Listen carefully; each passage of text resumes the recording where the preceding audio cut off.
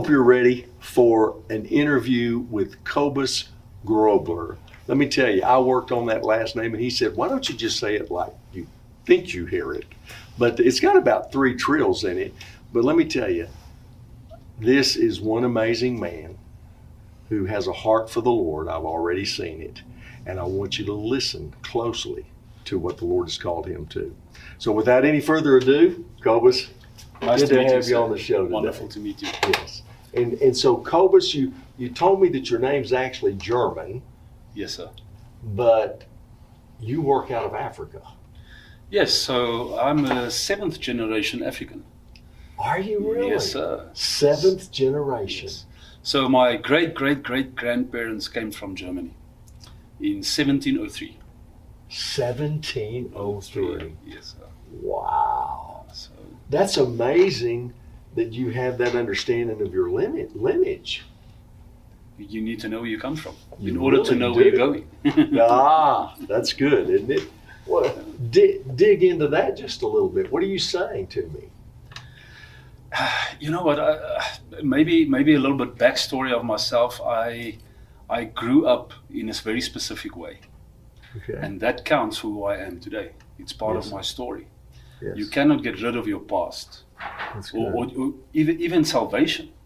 Mhm. Getting to know the Lord, part of your story is your past. You don't get Right. rid of it. It's your Okay. testimony, and that's the way we overcome. Isn't that what we learn in the Word of God? Absolutely. We overcome by the word of our testimony. Yes, we So do. our past plays a role in that. Yes, it does. And getting to know the Lord is that miraculous moment that you get to deal with your past. Mm. But you don't get rid of your past. Your past becomes part of your story. And that's the part that gives power to your story. Yes, it does. Because God has saved me out of a horrible past. Okay. I grew up poor, extremely poor, and parents both And when alcoholics. you say poor, because you're a 7th generation African, Yep. Help our audience understand what poor is in Africa, what you're attesting to. So I grew up in the apartheid era in South Africa, and apartheid was a horrible, horrible system, a political system that brought division, but that separated cultures, languages, and color from each other, nations basically. Wow. And It almost sounds like what we're facing today with a teaching of critical race, of drawing lines, making divisions, separate, the exact opposite of God's plan. Exactly. So I grew up in those days, and the black South Africans would have stayed in compounds out on the outskirts of the city. So they were not allowed to be in the city at certain times of the day, usually from 6 to 6 in the daytime. But at 6 in the evenings till 6 the next morning, they were not allowed to be close to the city. Wow. They could come into work and then had to go back. They had to have a pass to be allowed to come in and out. Now, the poorer you were as a white person, the closer to the compound your neighborhood would be. Mm-hmm. Now, ours was literally just a division of a street. There was a street between us and the black compound. and the black compound. So, Okay. so that's just proof of where we stayed. We stayed in a prefabricated asbestos house. So that's where I grew up. Both my parents, of course, part of poverty has to do with choices, and both my parents chose to drink a lot. Okay. Both of them alcoholics, so I grew up in those circumstances. My first bike I had to buy myself at 9 years old. I did deliveries, newspapers, 5 o'clock in the mornings, Awesome. doing my deliveries. Yeah. Bought my Probably first. helped make you today. Again, taking one of those things of the past and bringing Exactly. it forward for good. Yeah, so that's how I grew up. And from small on already, I had to fight for everything that I wanted. If I wanted something, I had to fight for it. So part of my story, this is the backdrop of my story, grew up very rough. I had to fight for everything, stabbed multiple times in fights. Wow. A way Yeah. of life. It was a way of life. Went to the army at age 18. It was compulsory. We had to go. When you turned 18, you had to go to the army to fight against the invasion of communism from the north of Africa to the south. Spent And 2 what years. country were you in again? So I come from South Africa. South Africa. Yes, okay, sir. down by Cape Town. or- Exactly. So South Africa, but just north of South Africa, you find Zimbabwe, Botswana, and Namibia. And the South African armed forces were on those borders to protect the forces from the north, the communist forces from Cuba and Russia, to come down to the north. So I was in the army for 2 years, left the army after 2 years, and in pursuit of a girl. Granddad said to me, "You can come and visit my granddaughter if you come to church with us." Ah, So I would a do. granddad with a plan, a good plan. So I went, and the very first service I attended in this church, the pastor preached about sin and hell and death, and I knew, man, I'm going Wow. to hell. I'm not going to make this. Wow. Was never really exposed to church or Christ or Christianity really before that. Yes. Didn't grow up like that, but I was confronted by this message and accepted the Lord. You know, Kobus, one of the things I've been burdened with of recent, it seems like it's building in me right now. We have so little teaching of that nature today in this country. There are so few that preach that entire message of hell and heaven, Yes. of reward and consequence. And I believe it's to our demise, in all honesty. We as believers truly are in an hour where we need to be exhorting people as you were exhorted that day. No, definitely. I think had it not been for that message, most probably I would have never come to Christ and never understood my calling. Wow. Right from the beginning, that very first message compelled me to understand that I'm lost. I knew I was lost. But within, I think it was maybe between 2 and 4 weeks after my salvation, the pastor said, "Listen, you have a calling on your life. You need to get involved in leadership." And how old were you?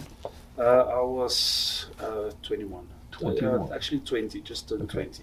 And you had already served some time in the military. Yes, 2 years. Okay. So immediately got involved in the church ministry as a youth leader. Started having services in the park. It was in a rough neighborhood, Yes. so I would constantly be in the middle of fights. In the past, I would be the one doing the fighting. Now I was the one breaking the guys up. Yeah. But it was Changed roles. Oh yes, and it was a fun time in my life. Yes. Really getting involved with the youth, but also then feeling this desire to be involved in the development of leaders. I just realized that there's a need. Okay, so when did that begin to? Because where we're going here is we are looking at Kobus's ministry, because I believe that Kobus has hit on something that is critical in this hour in our country. As we look at the issues that we are having with leadership today, that's really significant in why we are where we are and facing the things that we are. So that's why I really want us to hear what Kobus has to say and what he's come to understand about leadership and how to develop leadership. Yeah, initially, I just had this feeling that I needed to be involved with leadership. It became clear as I continued with my walk with the Lord. Within 2 years after my salvation, I realized that God had a calling on my life. There was a couple of people that spoke in to my life. Just don't have enough time to share all of that with you, but went to study theology after a couple of prophecies In over my Africa? life. Yes, in South Okay. Africa. In those days, there were no such thing as distance learning. Okay. So I had to resign all my businesses and my work and to study full time. How did you support yourself in this hour? I had 3 little businesses going on the sideline. Okay. Well, actually 4, because the church employed me then. Okay. They said, listen, we will give you something, and for that, you will render us a specific service, but that will also help you. It was very small. About $50 a month that I got from them. And you were grateful. Very grateful. Yes. Then I had 3 little other businesses. So the one was a business where some ladies would make clothing for me, women's clothes that I would sell on weekends at flea markets. Well, I knew we had more in common there, Kobus. I used to have ladies ready to wear stores. The second thing that I did was I had a little food cart that would sell hamburgers and stuff at the railway station in our town. Wow. And my dad actually, when my parents got divorced when I was 12 years old, I never saw my dad again. Wow. And found After him. 12. Yeah, never saw him. And I was already in my second year of studies when I bumped into my dad in our own city, and he had become a beggar. He was staying in a car under trees in the city, and I took him in, and he stayed with me until he died, but led him to the Lord. Praise God. Yeah, 9 months before he died, led him to the Lord. Came to Jesus. Yeah. Glory Wonderful be to thing. But God. the thing is, he didn't have a job. Okay. So it was actually him not having a job that compelled me to Help create a job. So I bought this little food truck, stopped it in front of the railway station. My dad, in the mornings at 5, we would park that thing there. He will work the whole day till 7 in the evenings. Wow. And that was another business, So that was Wow. the second one. The third one I was involved in a little bit more myself. It was a little building, a renovation company almost, just doing some renovations. If you had if you had a leaking roof or you had a paint job that needed to be done, I didn't have any skills or knowledge. I got a couple of guys that had, and I would just go and look like a boss and look at the damage or whatever needed to be done, give a quote, and the team would come in and fix that. And that actually got me through my studies and even helped to pay for my marriage when I got married eventually. Wow. Helped to cover the Grandfather? cost of that. A different. No, different. Different. Yes. But yes. that situation is what put you in the church. Exactly. Yeah, that Wow. was what put me in the church.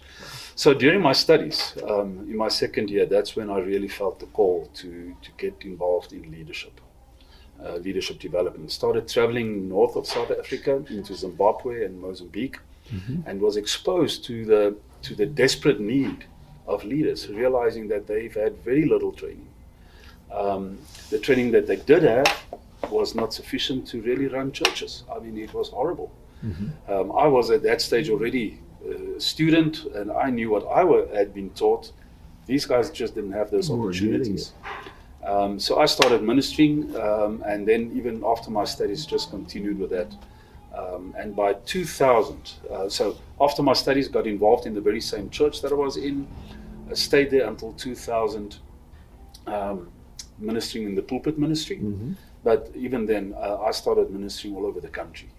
It just became something that I knew I had to do, is to invest in leaders. And the ministry just grew out of So that. did the Lord kind of lay out a plan of this leadership development for you? I mean, how did the actual program or the manner in which you've... So the calling to be involved in leadership was actually very clear. I was in my second year, driving in the car en route to the university when I heard a voice. Okay. I was so shocked because I thought it was my radio, but the radio was off. I was alone in the vehicle praying, worshiping the Lord, and I heard a voice that said, "Train leaders." Train I heard it with an leaders. audible Wow. voice. The first and only time ever. I wish I could have told you that there was a plan. Sure. I prayed many times for that plan. Yes. Lord, just speak to me again. Let me Yes, hear. yes. Never heard it again. Literally Wow. never. It's 32 years ago. Never heard it again. But so was there a plan? No. I had a plan. So by 1998, I had a plan. Okay. I had visited Zimbabwe frequently and met with another missionary. And by the end of 1998, he phoned me and said, listen, there's an opportunity for us to get a piece of land. It used to be an old gold mine. It was mined out. We could get this property. And the process started rolling with this. By the end of 1999, I was ready to go and sign the deal that we would get this. There were more than 400 homes on this property, old mine houses, huge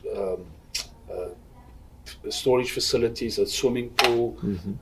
It was a beautiful area, and we could get this to start. He would then be, his job would be to get orphans, to look after orphans, and I could do leadership development in that. Zimbabwe is bordered by 8 other countries. We would get leaders in, and we would start training leaders. So that was the plan. That was my plan. The evening that I visited a donor to give us the money for me to travel to Zimbabwe to sign, Make the purchase. to make the purchase. I get home, the guy wrote me a check, got home the evening, and my wife says, listen, I had a phone call from Carl Sanders. Now, I knew Carl from a distance. I knew that he had this ministry that do leadership development, but it was totally different from what I had in mind. So she said, Carl wants to speak to you. And I said, man, it's 11 in the evening. She said, listen, he said even after midnight, you give him a call. Wow. Now he's a Dutchman, came from Holland when he was 15 years old, immigrated to South Africa, worked in the mines. That's another story for maybe another interview. But Carl is a Dutchman he has no breaks, had no breaks. He unfortunately passed away at the end of last year of COVID. But if Carl says something, he says it, and there's no tact. He doesn't say please, and he doesn't say thank you afterwards. He just tells you. So I thought to myself, well, let's just give Carl A little call. brash. Oh yeah, like most Dutchmen. Yes. So I made the call, and he says to me, you need to come and see me on Friday. I said, Uncle Carl, I cannot come. I'm on my way to Zimbabwe. He says, what do you want to do in Zimbabwe? I said, well, we've got this opportunity, and I'm going to go and sign the deal for this property. He says, the Lord already spoke to me. You and your wife better be at my house at 9 on Friday. And he puts the phone down. Somewhat assertive. And he puts the phone down. Yeah. So I said to my wife, you know what, I'm going to phone the guys in Zimbabwe and just postpone my visit to them with a couple of days. Wow. So let's go and see Uncle Carl. So he was your uncle? No, he's not my uncle. It's just a polite way. South Africans are very polite. We will say sir. You guys would we would say sir. We will say uncle. Uncle. Okay. He's very good. He's not I just learned something. Yeah. So went to see Carl that Friday at 9. We left his home, Teresa, my wife, and myself at 3 the afternoon. And he just said, listen, God spoke to me. You need to come and join us. And he says, you should not go to Zimbabwe. You're going to make a mistake. And I said, man, let's think about this. At 3 that afternoon, Teresa and myself were sitting in my garden having a discussion, and I said, I'm going to resign the church. By Monday morning, that was a rough weekend for us. How are we going to survive? Carl did not offer us any money. He just said, you need to come. Monday morning, I resigned. And at the 27th of February, I had finished working my month back for the church, and by the 7th of February I joined this organization. It's 22 years later that I'm now leading. Oh my goodness. So that's the story in short. Yes. So I had a plan. So Carl had started this ministry in 1993. 93. He started the ministry in 93. Now, how had you first encountered Carl? As a denominational pastor. Okay. Our church was very involved in missions, and we would invite missionaries to come and speak and share their stories. Once a year, you will have a missions conference. Carl was one of those speakers. Okay. That at one stage was invited to come and speak to the church about what he does. Yeah. So we also, our congregation also supported him. But I never had a relationship with this guy. Literally never. Wow. I saw him once when he came to our church to visit. I was still a junior pastor at that stage. I wasn't allowed to speak to this great guy, so I was in the background. But he remembered me. Now, this is another story.